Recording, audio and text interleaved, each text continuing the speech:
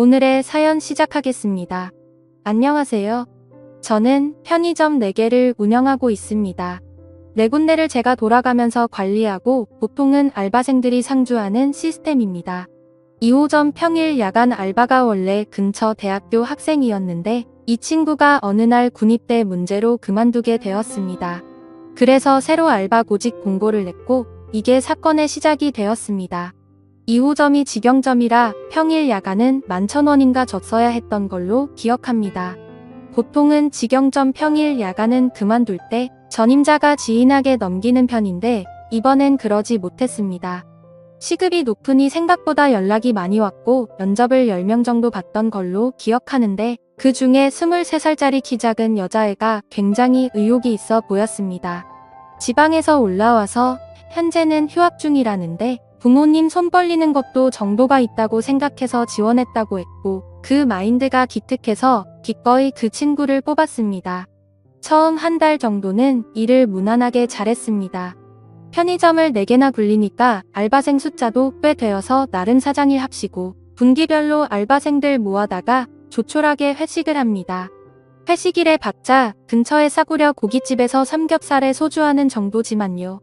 보통 1차에서 기분 좋게 끝내고 화합니다. 회식이라도 시간이 늦어지면 아내가 항상 화를 내곤 했으니까요. 저 아내 말 잘 듣습니다. 3분기 회식이 되었고 새로 뽑은 여자애도 그 자리에 참석했습니다. 저도 나이가 젊고 알바 애들도 다들 20대이다 보니 분위기도 화목하고 서로 죽이 잘 맞았습니다. 1차가 거의 끝나갈 때쯤에 이제 집에 가려고 하는데 새로운 여자애가 술이 좀 취했었나 봐요. 갑자기 저를 붙잡고 사장님 2차 가면 안 돼요? 하더라고요. 저는 사실 집으로 귀가하고 싶었는데 그날 분위기도 괜찮고 해서 5명이 2차를 가게 되었습니다. 2차는 삼겹살 이후 맥주였습니다. 여자애 2에 저 포함 남자 3이었는데 2시간 정도 지나니 저와 신입 여자 알바생 1호점 남자 알바생 이렇게 3이 남게 되었습니다. 그런데 신입 여자 알바생이 정작 본인이 2차 가자 하고서는 별 얘기도 안 하고 멍 때리고 있길래 이제 슬슬 집에 가자 하면서 일어나려고 했습니다.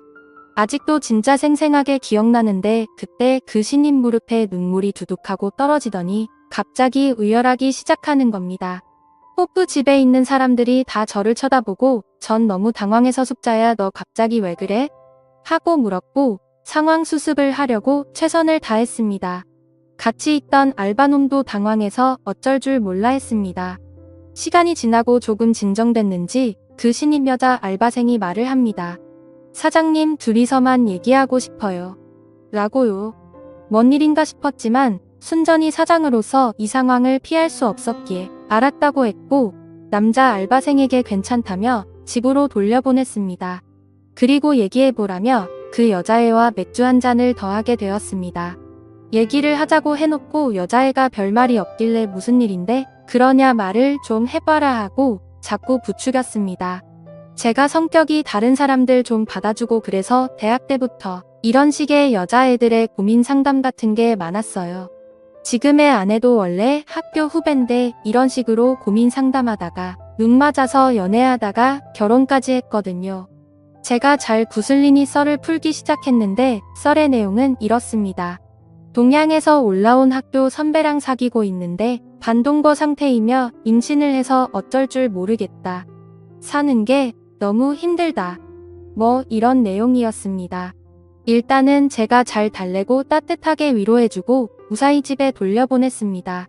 이때까지만 해도 사장님 너무 고맙고 착한 사람이라고 감사하다고 연신 굽신굽신 했었지요. 그렇게 무사히 회식이 끝났고 그 후 며칠 더 일을 나오다가 그 아이에게 갑자기 전화가 왔습니다. 당장 급하게 병원을 가야 되는데 며칠만 일을 쉬면 안 되겠냐고 합니다. 저는 애가 불쌍하기도 하고 사람된 돌이라 생각하여 그러라고 했고 몸조리 잘하라고 하고 끊으려 했습니다. 그러자 자기가 지금 현금이 부족해서 그러는데 20만원 정도만 빌려줄 수 있냐고 하더라고요. 여기서 뭐지? 하는 생각이 들었습니다. 물론 애가 성실하고 착한 것 같긴 했지만 한 달 일하고 20만원 빌리는 건 좀 경우가 없다고 생각이 들었습니다.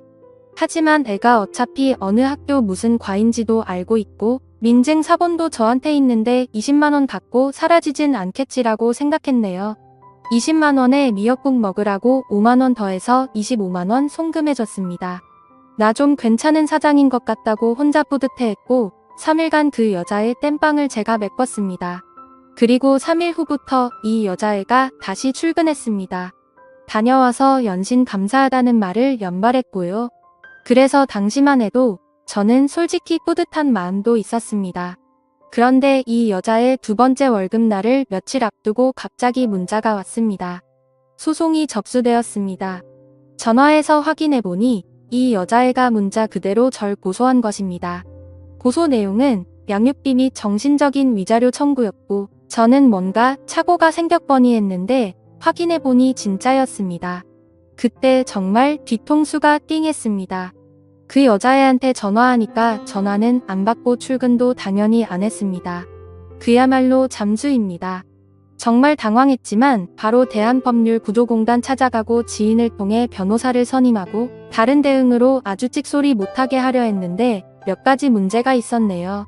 일단 제가 돈을 송금한 점과 통화가 녹음이 안 되어 있어서 무슨 명목으로 전송했는지 증명이 불가능했습니다. 이때 착하게 살면 정말 손해인 것 같다고 많이 후회했습니다. 이 여자 알바생이 아주 제대로 노린 거였습니다. 그리고 회식날 호프집에서 다른 알바생을 집에 보낸 것도 문제랍니다. 얘가 연락이 안 되니까 혹시나 해서 알바놈에게 연락을 해보니 알바놈한테 이미 걔가 연락을 했다고 합니다. 또한 이 멍청한 알바놈은 되려 저와 걔의 사이를 의심하고 있었고요. 귀찮은 일에 말려들고 싶지 않으려고 하는 것 같기도 한데 이놈이 제가 사장이니까 앞에서는 협조적으로 굴 것처럼 했었는데 결정적일 때 전혀 도움이 안 됐습니다. 아무튼 확인해보니 그 여자 알바생이 알바놈한테 전화해서 증언 비슷한 걸 요청해놓은 상태입니다. 저는 정말 결백했기에 법정 가서 확실히 정리해버리자는 마음이었는데 변호사의 말은 조금 달랐습니다. 입증이 안 되면 털리기 딱 좋다는 것이었죠. 더구나 이 당시가 고대 의대 사건이 처음 수면에 떠오를 때라 추행이나 미투 이런 문제에 대한 여론이 극도로 안 좋을 때였습니다. 여론이 판결을 좌지우지하는 건 아니지만 잘못해서 엮이면 인생 바로 끝나게 되는 딱 좋은 코스로 갈 수 있겠구나 싶었습니다. 일단 임신 중 친자 확인을 알아보니 국내에서는 불법이었습니다. 해외까지 나가서 해온다고 해도 그 여자가 동의를 안 할 가능성도 높고 불법인 이상 법정에서 효력이 없을 가능성도 높아 보였습니다. 그래서 출산까지 기다리기 위해 맞고소 준비도 하고 변호사의 도움도 받아 최대한 시간을 끌었습니다. 그 와중에 그 여자네 집도 찾아보고 했는데 문은 절대 열어주지 않았습니다. 연락해도 법정에서 보자 이런 소리만 하고 이런 사실들을 적시해봤자 재판에서 큰 도움은 안 된다고 했지만 일단은 보낸 문자 받은 문자 다 보관해놨습니다. 그런데 이게 시간을 끌다 보니 가을쯤에 아내의 귀에 들어가게 되었습니다. 처음엔 제 선에서 끝내려고 했는데 자꾸 제가 멘탈도 나가고 일이 바쁘고 하다 보니 아내가 의심하다가 입출금 내역을 조회해본 것이었습니다. 그리고 변호사 선임비를 발견하고 아주 집구석이 뒤집어졌습니다. 아내를 설득하는데 거의 한 달이 걸렸습니다. 엄밀히 말하면 아내에게 저의 무고함을 설득하는데 한 달 걸린 것 같고 이 일을 같이 헤쳐나가도록 설득하는데 또 한 달이 걸렸네요. 간통죄로 고소한다 이혼하자는 이야기까지 나와서 아주 한 달은 개고생했고 아내가 친정집 가서 잠수를 타기도 했습니다. 저는 친정집 앞에 가서 하루 종일 기다려서 설득했고 간신히 아내의 마음을 돌릴 수 있었습니다. 지금 생각하면 정말 아찔하네요. 아내가 저의 편이 되기로 한 다음부터 일이 조금 수월해졌습니다. 아내가 자진해서 그 여자를 설득하러 갔습니다. 아내가 누군지 모르는 그녀는 결국 아내를 만났습니다. 물론 사건의 전말 같은 건 말하진 않았지만 아내 말로는 그 여자랑 그 여자 남친이 공모한 일 같다고 했습니다. 처음에 저를 그렇게 괴롭히던 아내가 이제는 제 편이 되어서 적극적으로 나서는 게 정말 다행이었습니다. 그리고 아내는 그녀에게 친자 확인 검사까지 하자고 했답니다.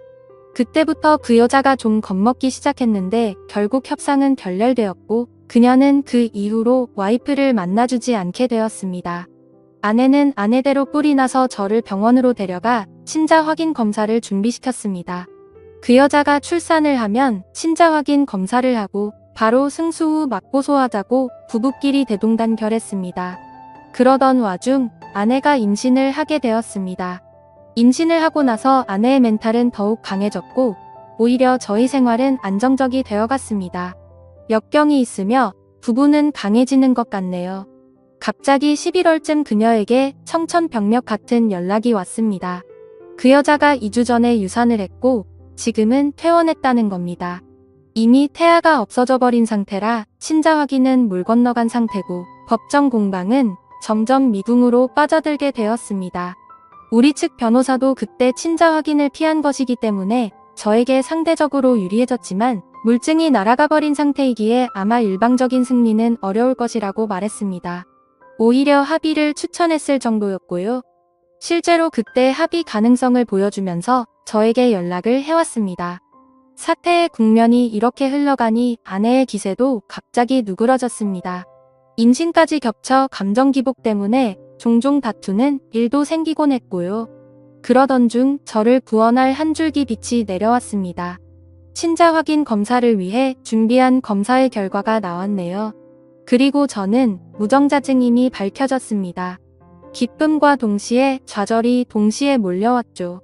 그 길로 저는 제 서류를 그 알바생에게 보내니 곧바로 꼬리를 내리면서 고소를 취하하였고 저는 제 아내에게 가서 서류를 내밀면서 물었습니다. 내가 무정자증이 나오는데 넌 도대체 누구씨로 임신을 한 거냐고 말이죠. 그러자 아내는 펑펑 울면서 잘못했다고 빌더군요. 얘기를 들어보니 제가 바람이 난 줄 알고 친정집에 가서 잠수를 탔을 때 딴 남자와 사고를 쳤다고 자백하더라고요. 참 이게 웃어야 할지 울어야 할지 난감하긴 했지만 차라리 잘 됐다고 마음을 다잡았습니다. 그 자리에서 우리는 너의 귀책 사유로 이혼한다고 통보를 했고 지금은 이혼 절차를 진행하고 있습니다. 참 아이러니하네요. 이상한 알바생 때문에 일이 꼬였다고 생각했는데 오히려 조상이 도운 기분도 듭니다. 여러분들 생각은 어떠신가요? 제가 이렇게 이혼을 강행해서 끝을 내는 게 맞겠죠? 현명한 댓글 달아주세요. 재미있게 시청하셨다면 구독, 좋아요 부탁드립니다.